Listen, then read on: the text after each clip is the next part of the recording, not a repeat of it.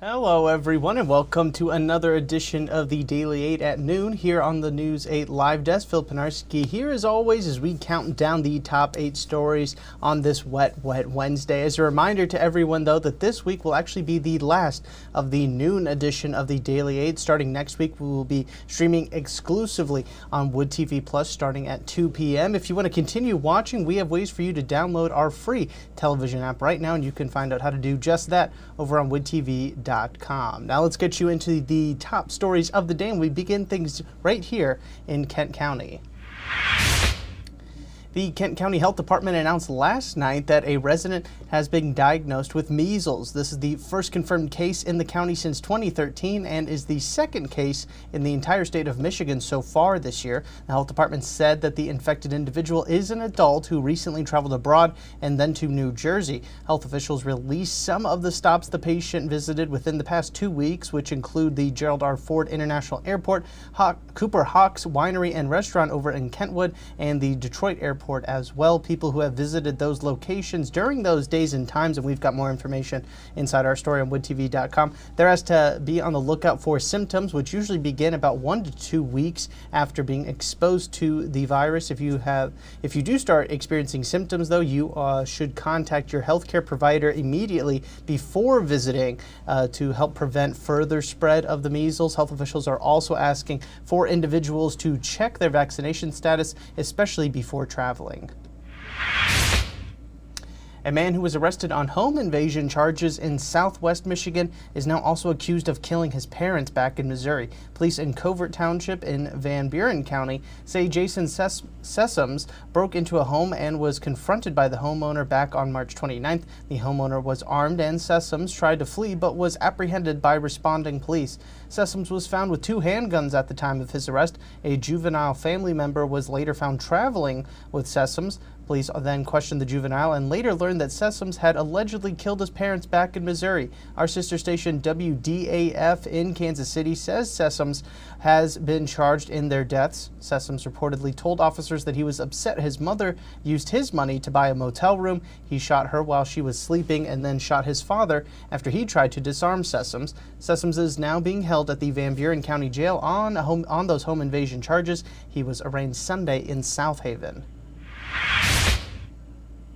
A federal appellate court has ruled to uphold the convictions of 2 men who were part of the plot to kidnap Governor Gretchen Whitmer back in 2020. On Tuesday, the U.S. Sixth Circuit Court of Appeals upheld the kidnapping conspiracy and other charges against both Barry Croft Jr. and Adam Fox. They were attempting to appeal those convictions by saying that the FBI and agents involved entrapped them. In a written decision for the court, they said that Croft and Fox's affiliations with extremist groups, threatening social media posts, and other communications showed that they were ready and willing to commit these crimes without the involvement of government informants.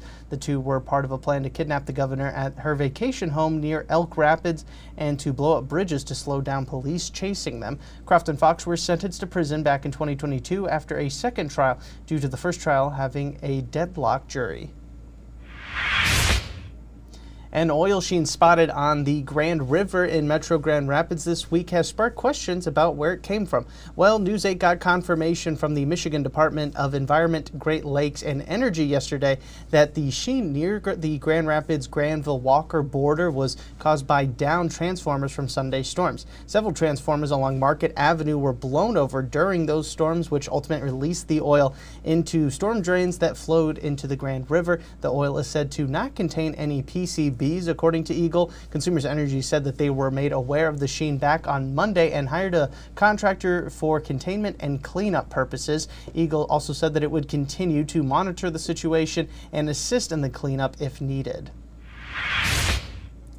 Next, changes are coming to how surrogacy can be done here in the state of Michigan. In the past, it was illegal to pay a surrogate to carry an embryo, and couples fortunate enough to secure an uncompensated surrogate were often required to then formally adopt their own biological children. For decades, the laws around surrogacy in Michigan were some of the most restrictive in the entire country until several grassroots organizations got involved to change that. Those efforts paid off on Tuesday after the passing of the Michigan Family Protection Act Act. The act now lifts the ban on paid surrogacy in the state and removed barriers for couples who want to grow their families through both IVF and gestational surrogacy. Supporters of the act called Tuesday an incredible victory. Those interested in becoming a surrogate here in Michigan must be 21 years or older, have given birth at least once before, and undergo a medical and mental health screening before doing so.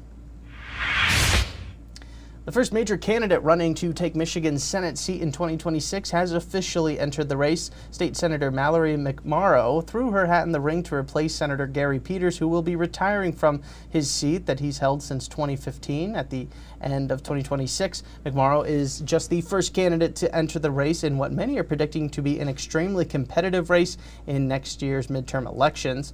The 38-year-old state senator spoke to the Associated Press, saying that she's been frustrated with the lack of a plan and response from the Democratic Party after Republicans flipped dozens of seats last November, both inside and outside of the state. Former U.S. Representative Mike Rogers and Congresswoman Haley Stevens are also considering runs at this time, but have not officially announced their campaigns. Let's step aside now and get you a look at your forecast for today. Here is Storm Team 8 meteorologist Scott Larson.